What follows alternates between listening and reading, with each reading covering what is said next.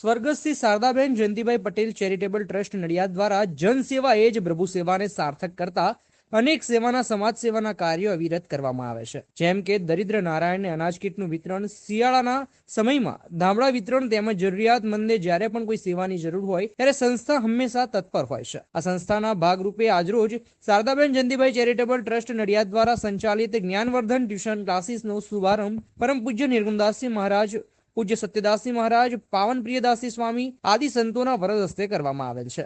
આ સંસ્થા દ્વારા શિક્ષણની સેવા માટે બાળકોને આવવા જવાની વ્યવસ્થા સાથે પૌષ્ટિક નાસ્તો તેમજ ઉત્તમ સંસ્કારો સાથે શિક્ષણ બિલકુલ આપવામાં આવે છે, જેમાં મુખ્ય આર્થિક સહયોગ દર્શનાબેન પટેલ તેમજ તેમના પુત્રો શિવમ અને વિસ્તૃત દ્વારા મુખ્ય દાન મળેલ છે. તેમજ આ પ્રસંગે સંસ્થાના ટ્રસ્ટી નીરવભાઈ પટેલ, તારકભાઈ પટેલ તેમજ રાહુલભાઈ જોશી ઉપસ્થિત રહ્યા હતા. આ સંસ્થામાં શિક્ષણની સેવા આપવા માટે રાગિનીબેન તેમજ શ્રીનિધિબેનનું સહયોગ મળેલ છે.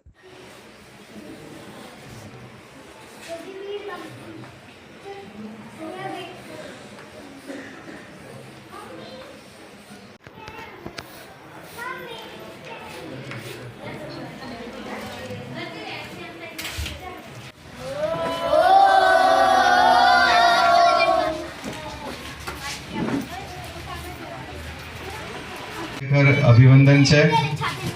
વધારે સમય થઈ ગયો છે, સમય વ્યર્થ ન કરતા અજાયત શ્રોત્રાદ્વાયુશ્ચ પ્રાણશ્ચ મુખાદગ્નિરજાયત ઓમ અગ્નિર્જ્યોતિર્જ્યોતિરગ્નિઃ સ્વાહા સૂર્યની જય.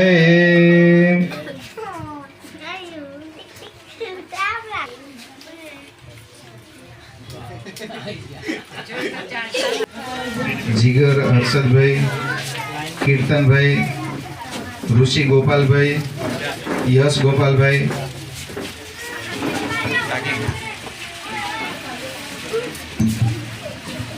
ફરેલા છે અને ખરેખર છોકરાએ સેવા દિલથી કરી છે કે કોઈ પણ કચાશ ના રહે એના માટે એને ખરેખર આખો દિવસ રખડીને બધી જગ્યાએ સેવા કરી છે.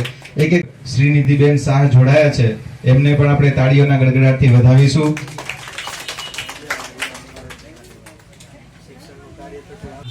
શીખવજો ને અહીંયા ભણવા માટે મોકલજો.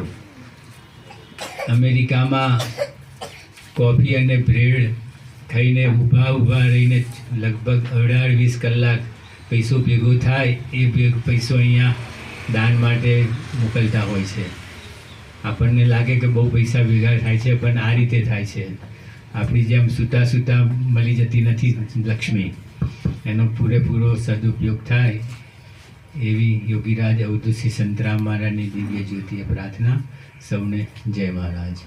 વિદ્યારૂપેણ સંસ્થિતા નમસ્તસ્ય નમસ્તસ્ય નમસ્તસ્ય નમો નમઃ.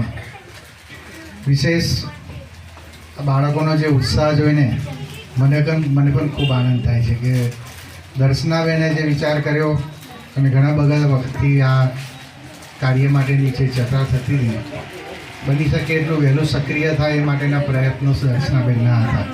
ઘણી બધી વાર મારી સાથે મિટિંગ કરી, ઘણા ઓપ્શન પણ નીકળ્યા કે આ કરવું પેલું કરવું. મારો વિચાર એવો હતો કે બને એટલું બાળકો માટેનું જે વિદ્યાદાન માટેનું કંઈક કાર્ય થાય તો એ ખૂબ જરૂરી છે આપણા માટે અત્યારે. અને આજુબાજુના વિસ્તારની અંદર ઝૂંપડપટ્ટી વિસ્તાર અને ઘણા બધા એવા લોકો છે કે જે આ વિદ્યા બાળકોને આપવા માગતા હોય, પણ આજે ભણતર એટલું બધું ભારું અને ખર્ચાળ થઈ જવાથી બાળકોને મોકલી ન શકે. અને આવું જ કાર્ય જેમ દર્શનાબેને જે વિચાર્યું છે, આજે બાળકો પણ એનો ખૂબ લાભ લે એ ખૂબ સરાહનીય છે. અને આ કાર્ય ખૂબ વધારે આગળ ચાલે, દરેક બાળકો એનો લાભ લઈ શકે. સંતરામ મંદિરમાંથી પધારેલા પૂજ્ય મહારાજ શ્રી જેપી સ્વામી, એકવાર તો ભાઈ શિવમભાઈ અને રાહુલભાઈ માટે તાલી પાડો.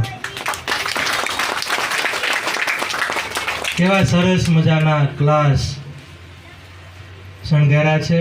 આપણને એવું લાગે પાછા આપણે ભણવા આવી જઈએ.